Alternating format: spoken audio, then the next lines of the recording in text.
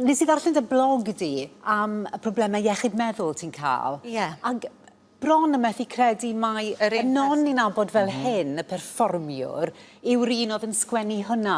A wedyn o'n i'n darllen dy lyfr di hefyd, y pnawn 'ma fel o'n i'n sôn, ac oedd Titha hefyd yn sôn am broblemau o ran cael, hynny yw pan mae rhywun yn cael panic attacks a'r math yna o beth.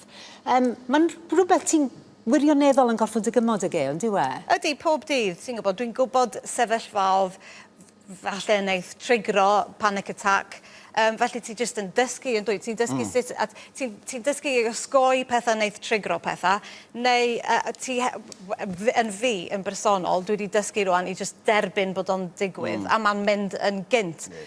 Os y ti'n brwydro'r panic attack, mae bron iawn yn mynd yn waith. So dwi rwan yn gwybod, wel, dyma sy'n digwydd, mae'n oreis, mae o yn mynd i basio. Mae'n cymryd blynyddoedd i ddod i arfer efo hyn. Rhywbeth creadigol yw e, sy'n falle achos bod y ddoi o'ch chi mor greadigol?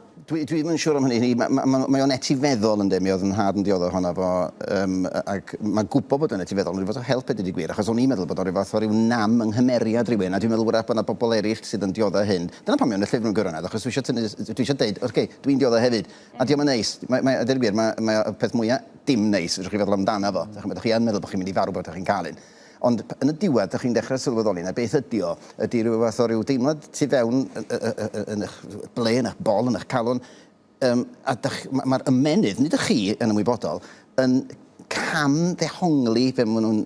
Mae'n rhywbeth ofnadwy yn mynd i ddigwydd, wyt ti'n mynd i farw. Quick, panic, ceri guddio, rhedau ffwrdd. Rhedau ffwrdd. A falle sawl un ddim yn sylweddoli dyna be sy'n dyna be maen nhw'n diodde. Y tro cyntaf nath o ddigwydd, o'n i'n nghanol darllediad ac o'n i'n rhoi'r gora i gyflwyno rhyw bwletin newyddion a rhedeg allan o'r stafell. Ac o'n i'n meddwl bod fi wedi cael i'w salwch ofnadwy. Achos o'n i'n gwybod dim byd am byliau panic. Ac yn wir ni'n mynd i dysgu digon amdanyn am flynyddoedd wedyn.